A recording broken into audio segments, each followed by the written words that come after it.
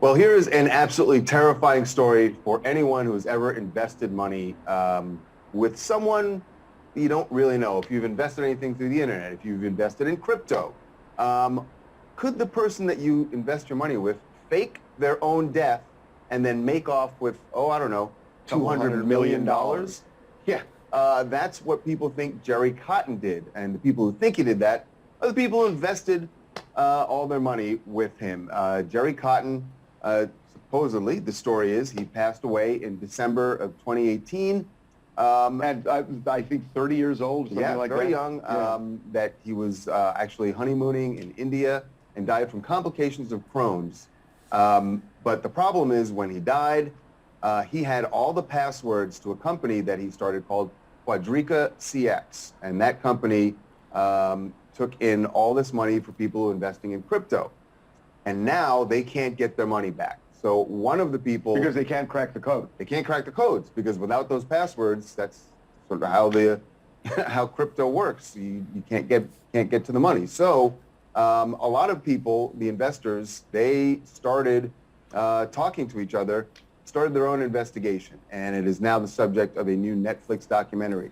One of those people is Tong, and he is joining us right now to talk about what, as the title of the show says, the hunt for the crypto king, Jerry Cotton.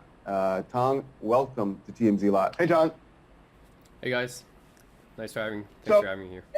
Thank you for coming on. So can you kind of explain your personal story briefly, how much you invested, and how this affected you? Yeah, so I kind of take issue with the fact that people use the term investing because it wasn't really an investment. Like I was just trying to move my money from Canada, from the US back to Canada. So I was using it as a way, as I said in the documentary, to avoid the bank's commission fees. So it's not really an investment. I wasn't trying to put like my life savings down on crypto. I think that would be crazy. So yeah, that's basically my story. Is I was just trying to find an easier way to move my money back from between different countries.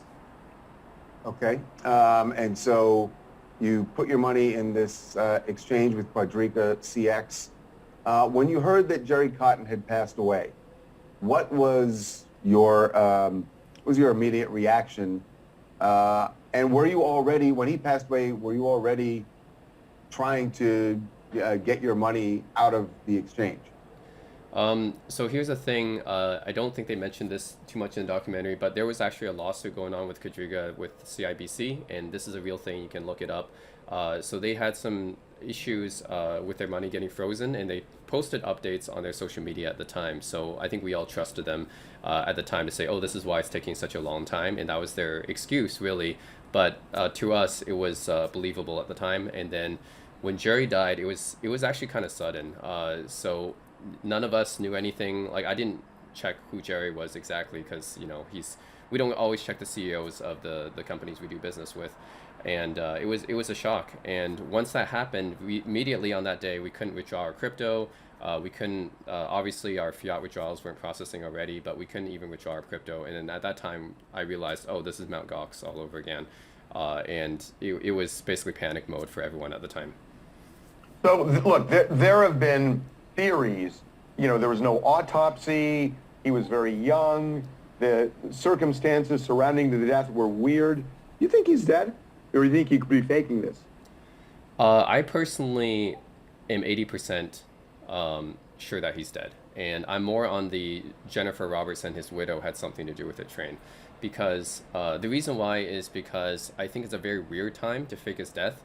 Because if he faked his death, wouldn't it be better to fake it when cryptocurrency prices were high, like back in late 2017? Why would he do it right when it was at the bottom in late 2018? Also the fact that all the weird stuff happening with Jennifer Robertson, making a will 2 weeks before his death, like that's all very weird to me. And she's the only one that would know exactly what happened in India. And I don't know, I'm not an expert on Crohn's disease, but I don't know how fast someone passes away, but it seems a little bit too fast for me. So she's, to me, she has something to do with it. So I would imagine, while you can't get to your funds, is there a way, and I just don't know how the QuadrigaCX website or their exchange works, can you at least see that the money is still there? or is that all taken away as well? Is that just invisible? So basically on Quadriga, they had their own currency called Quadriga bucks. So that's kind of their own currency that they converted to, which I guess is supposed to be equal to 1-to-1 to Canadian dollars or US dollars or whatever. So when I withdrew, I thought just like other crypto exchanges, you usually get it converts to the money that you get deposited in your bank account, right? So what happened here is they said they were processing my withdrawal, and they were processing for like a month. And then some guy from Quadriga support, actually, I was talking with them on the phone, and said, oh, well, you should maybe break it down and stuff to get it processed faster. And at that point, I'm not sure if that was reversible or not. So maybe my money was already gone at that point.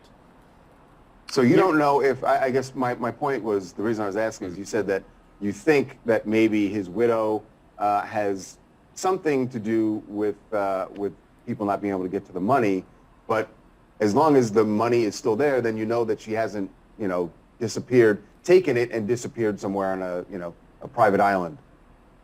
Well, I think another theory is that maybe he was running a Ponzi scheme because so some reports said that the cold wallet was actually empty since April 2018, which means he was actually using new customer funds to help fund the withdrawals of the other customers. So I think that's kind of explains some of the reasons why the money may not be there anymore. Also, there's been reports that he gambled with the money on other exchanges too. A lot of people are calling crypto the wild, wild west because there aren't nearly as many regulations as conventional money. You have $400,000 on the line here that you don't have access to anymore, at least for now. Does this shake your confidence in crypto? Are you off crypto? How do you feel about it now? I'm approaching it very cautiously now, but I think definitely there's been better precautions taken, I think, since that time. I think it was really the wild, wild west back then. I think now there's some pretty reputable exchanges now in the US, at least. There's Coinbase, Bitrex, Gemini. I've used them all, and I've never had any issues with them. It's just the ones in Canada at the time were very, very shady, and I mean most of the crypto exchanges in Canada at the time were shady. But now I think it's getting better to the point where, we've had so many of these incidents happen where there's crypto exchange scams. I think now people are getting a lot more cautious, and then the companies therefore have to step it up, trying to convince consumers, hey, we're legit, we're not going to take your money. Yeah. Wow. This is a cautionary tale, to say the least. Documentary sounds really interesting. Yeah. It's very popular on Netflix right now. Is that, obviously you participated in the documentary. Is it painful to see it now, and does it make you, when you see the documentary, does it make you think, how did I ever trust this guy? I mean, it's crazy to me. It was crazy to me then. It was surreal to me then. It's still surreal to me now. Like, how did I get in this situation? How did I end up appearing in a Netflix documentary? Like, this, I never expected. Like, all I wanted to do was move my money, back to Canada. Yeah. So it's crazy to me. Well, look, I hope you get your money Wish back. you the I mean, best, man. $400,000 is just massive. So best of luck to you. Thank you for joining us. Really appreciate it. Thank you. Trust no one, The Hunt for the Crypto King on Netflix. Really Streaming now. Skip. Thank you so much, Tong. I'll send you a copy of this just a few hours. Okay, great. Thank you very much.